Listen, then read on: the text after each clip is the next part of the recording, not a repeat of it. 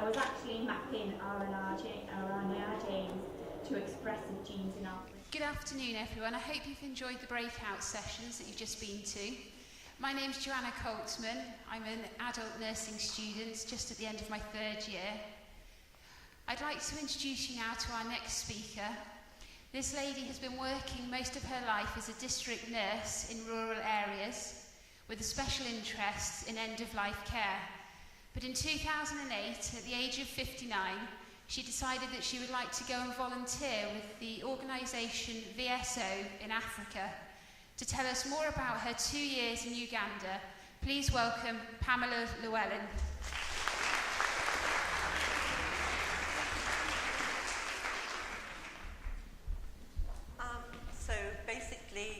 Thank you for inviting me today. I've been liaising with Joanna since May, so the fact that I'm here today is a bit of a mini miracle, but because I thought she was a lecturer here and I didn't realise she was a student nurse like the rest of you, so we've cleared that up today. So I'm here as a nurse, but I'm also here to represent VSO, which is voluntary service overseas. And I've been quite surprised today, and I've asked lots of people, do you know what VSO stands for? And there have been a few blank faces. So I'm here to promote it because I believe in it.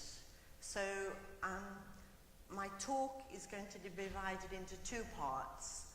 I do have my own story to tell, which I'm just going to tell you on a PowerPoint, but just through photographs. You know, so Joanna was a bit alarmed that I didn't have notes, and I'm never quite sure what I'm going to say when I see the photographs, because it's all about my memories.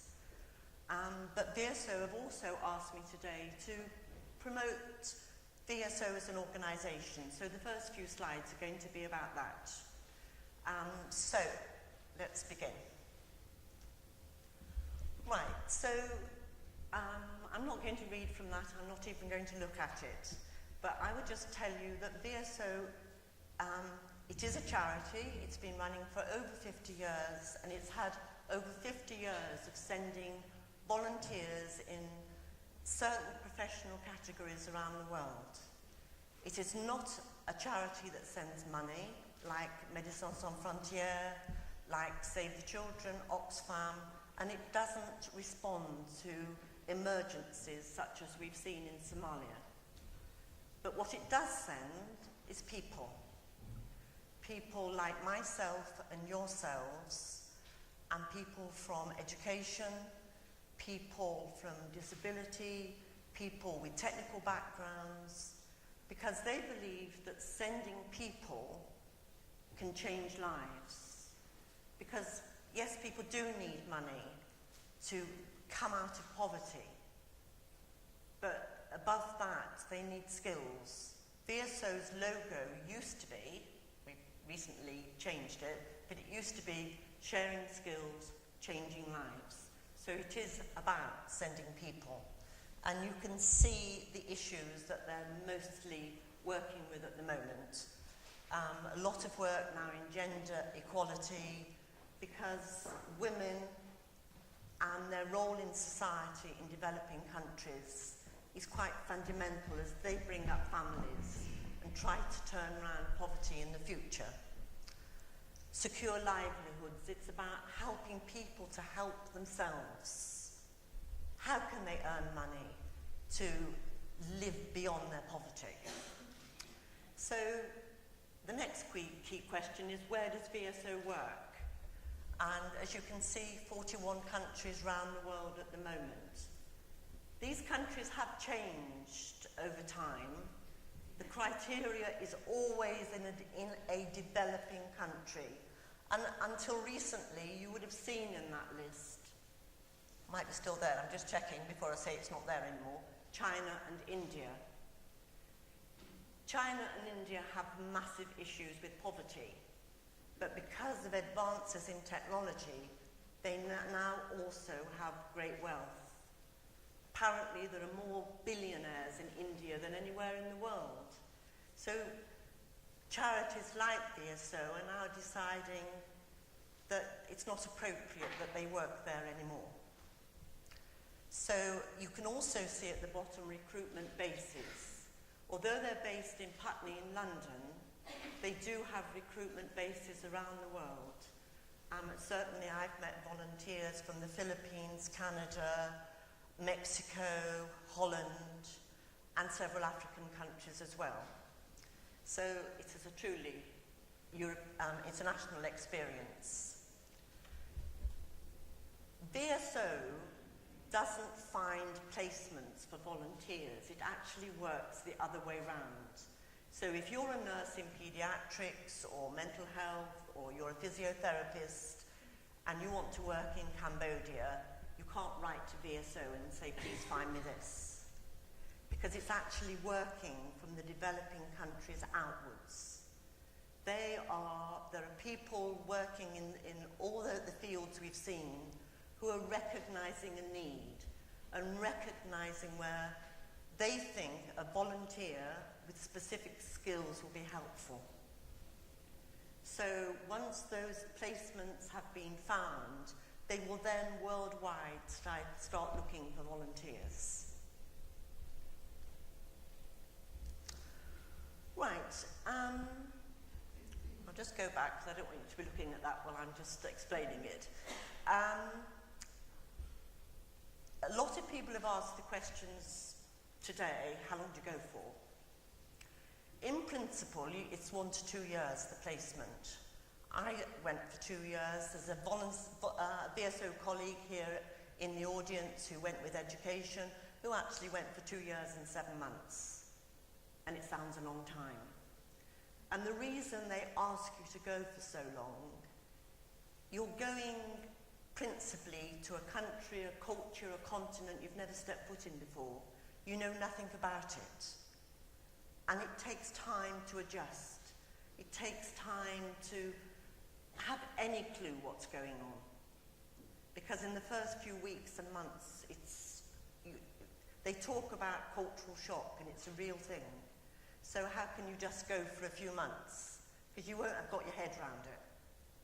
And it takes time, if you're going to work with local people, to build trust, to build confidence, and to start working together. Because it's not about you going to tell people what to do, it's about working together. And that takes time. Occasionally, VSO does send people for 3 to 6 months. And that's largely if you've got a specific skill and there's a specific need and you can go and do it.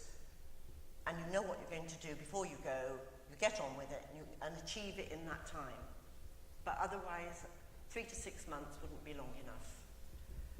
Largely, people need a bit of experience before you go. So I'm very aware that most of you in this room, you're still undergraduates. You haven't got your nursing registration. Some of you, I think, are finishing after Christmas. Some of you before that.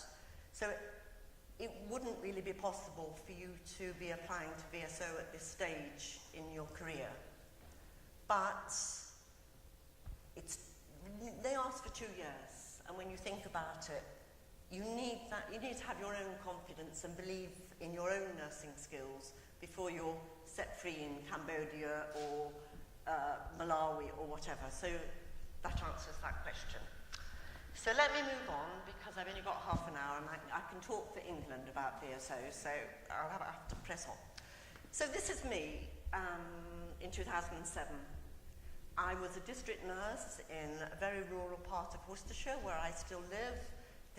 I was district team leader. This is my team. And it was the most wonderful job anywhere ever. And I loved getting up every morning to go to that job and working in my community. A lot of what I heard this morning was very relevant to how I felt about my nursing career. But I knew it was going to come to an end. And what do you do when someone's dangling retirement signs and you think, what am I going to do next? And I'd thought about doing VSO for a long time. And I'd sent off for the application form 3 times and never filled it in. was 59, my parents were no longer alive, I've got 2 sons, they were grown up, and I thought, if you're going to do it, now, this is the time. So I filled in the forms with a very open view to it. Don't know what's going to happen, I don't know where this is going to take me, but I will fill it in and see. And that was in May 2007, and I actually got on a plane at Heathrow in February 2008. During that time, VSO are actually looking to see if you are suitable. But at the same time, it gave me time to ask, is this right for me? Because it would have been wrong for me to have been sent somewhere if I wasn't going to be able to achieve anything, or if I was going to be a burden in an already difficult situation. So, filled in the forms, yes, come to Putney, come and see us, and you go to London for a day, and you play games, but they're not games because they're watching. How do you interact with people? How do you cope? What are your interpersonal skills? Had a letter saying, fine, yes, we'd like you to take part in our training.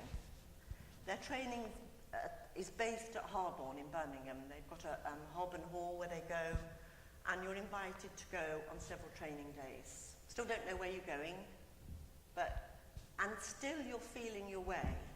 It's still frightening, you don't know what you're doing really, but everyone's in the same boat.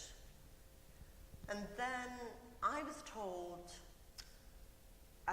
you should hear by the end of November 2007. If you haven't heard by then, put the paperwork away, and it will be in 2008 sometime. So I put all my paperwork away, and what happened? The phone rang the next day. Do you want to go to Masindi in Western Uganda? Oh, blige, okay. Never heard of it, I said.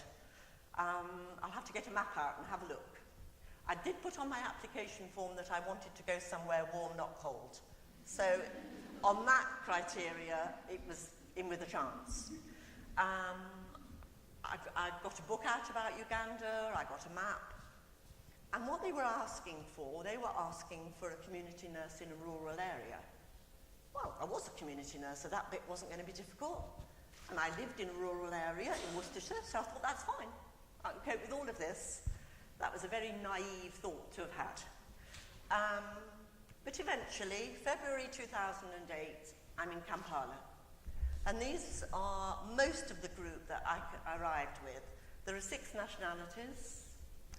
As you can see, the 2 of us on the end there were the most senior. So you can see there's a vast age range.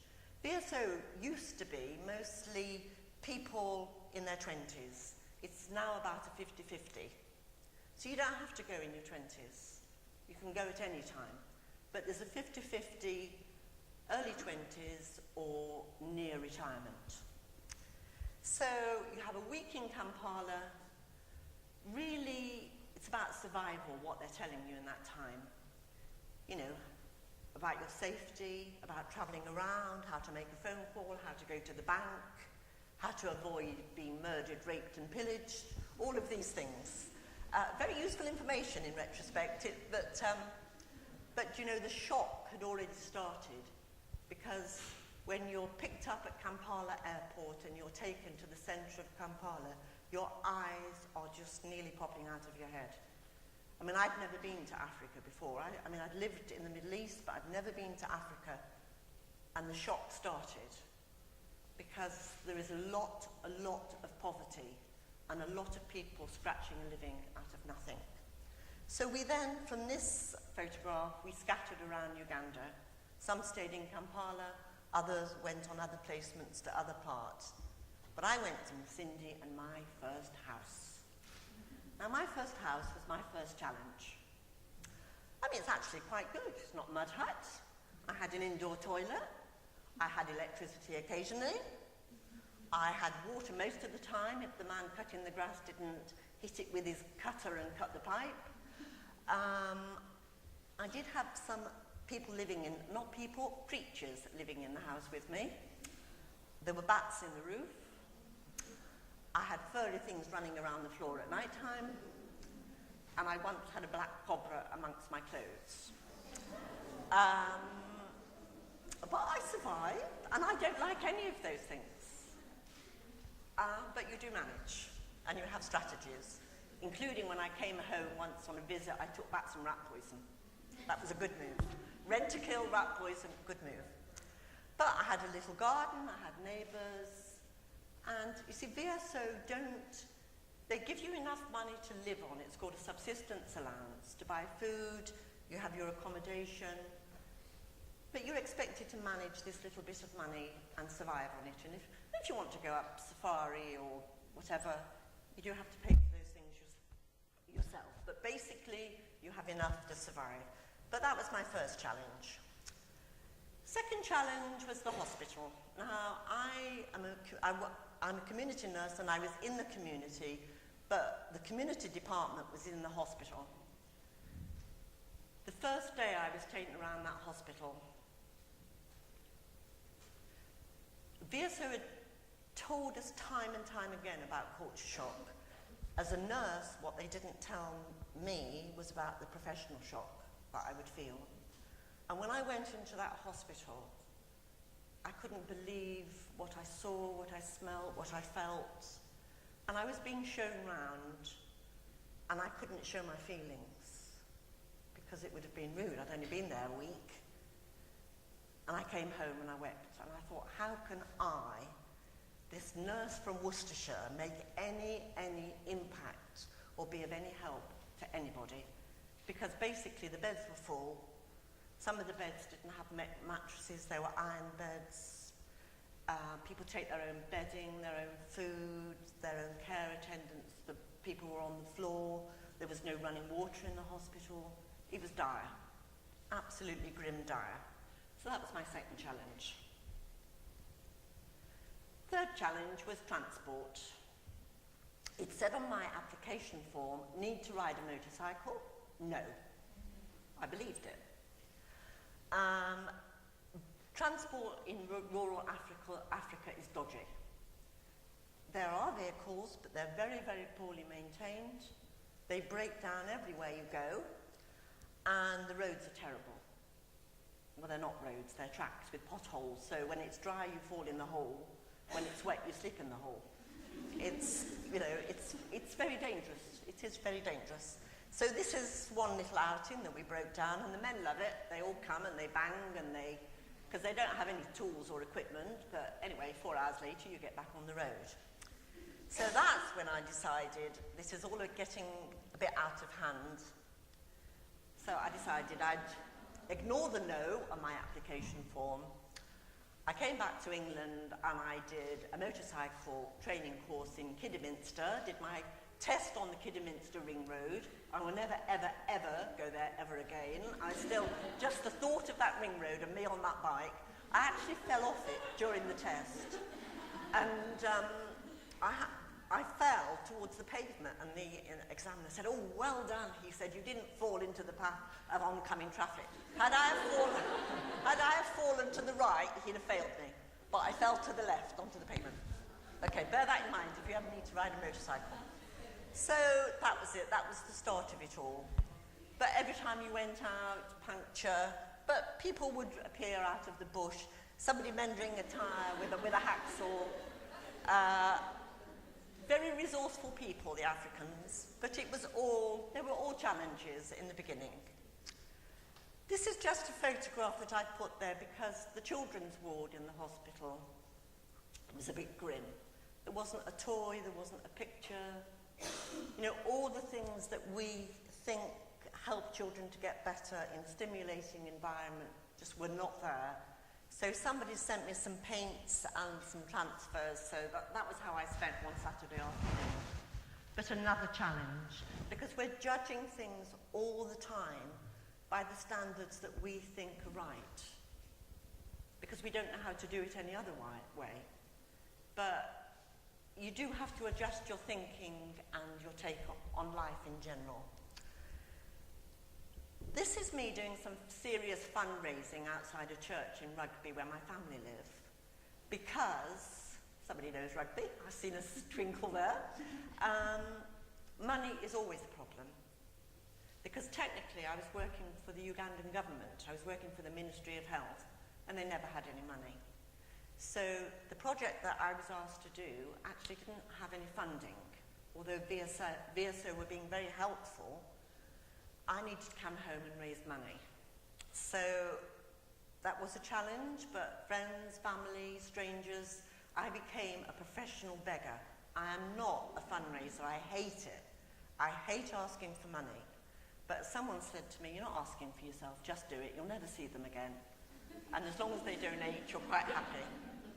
So, right, now, the next few photographs about one of the biggest challenges actually was to see the level of poverty that I saw. This is Alfred and his sister Monica. She hadn't been weaned at this stage. She was still solely breastfed in a village. I never ever saw them in any clothes but those, and that was Alfred's meal of the day. Those were his few beans. I had quite a lot to do with Alfred. It was just the name somehow. African names are wonderful, but that's another story. This is inside a mud hut. Because I was living and working in a rural area, this is how the majority of people that I knew and worked with, this is how they lived. There's no wardrobe, piece of string knocked from side to side with all your clothes on. There's no cupboards, so your pots and pans are in there as well. School bags on the wall. Fuel in the corner there, that's charcoal for the little fire outside. But again, you don't judge it by what you think is right or wrong. This is how people lived. And that family actually were very happy, very content with their lot. This is a friend's group of grandchildren, of which there were rather a lot. Family planning as an issue is in itself in Africa. So, and you could look at, I put that picture because you can look at it and think, oh, they look happy, they look fairly healthy. But in fact, this is probably the poorest family that I met. You'll notice they've not, any of them got any shoes, and they never had any shoes. You'll notice the young child at the front, that's Agnes with a very distended belly, kwashiko. If you look at their scalps, often their black hair becomes discoloured from fair to ginger, which is also a sign of malnutrition, and very scabby scalps as well, worms, lots of issues with young children. So again, lots of shocks about the level of poverty. This is Emmanuel. Emmanuel he lived in a mud hut, and a very poor man, and his bedding was made of straw. You know, almost like biblical times. But that was how he lived. But again, quite a happy man. Right, so the reason I put this, I just wanted you to see the straw in the mud hut. So that needs to get changed quite often because it doesn't last very long. There's no waterproof sheeting underneath, and you can see that mud hut there. I mean, this is a particularly nice one with nice painting on the wall outside. They're not all like that. That's the kitchen of that mud hut, all pretty basic stuff. Right, I don't want to distract you for a minute. District nursing, okay? I don't know whether any of you aspire to be district nurses. It's wonderful. I know some of you chaps think it's a bit tame and like a bit more drama in life. There's plenty of drama in the district. And I'm particularly interested in palliative care. So it was a job that I found very fulfilling. But apart from doing end-of-life care, I was looking after leg ulcers, I was looking after diabetics, 4-layer bandaging, looking after Hickman lines. You know, that was my job in the community. Community in Africa, different medical problems, of which I had no experience. So the first picture, this woman, can you see her toes are all missing? Anybody like to hazard a guess of what's wrong with her? Sorry? Leprosy. Okay, yes, this lady has leprosy. So you can see she's lost her digits, and she's obviously stepped on something because she's got peripheral neuropathy in that foot, and she's not aware when she's walking barefooted that she's actually stood on something, injured her foot. Leprosy is still there, highly contagious, has a big stigma against it, so people hide it, and it can be passed within the family and people not getting treatment. But it is very treatable with the right medication. But people have to declare themselves to have the problem before you can go and help them. This man, this was taken 2 days before he died, and he actually has anaphylactic reaction to a drug, as does this poor young boy here. This boy was given medication for an infection, and the whole of his mouth and his airways reacted, and that young boy also died. This is a healed, of which I'm very proud, pressure sore. Where I was working, they had never ever seen a pressure sore heal before. They thought you died of pressure sores. And, you know, all the lovely dressings that we get here in our nice sterile packs do not exist in Masindi in Uganda. So that healed pressure sore we healed with pieces of gauze dipped in local honey.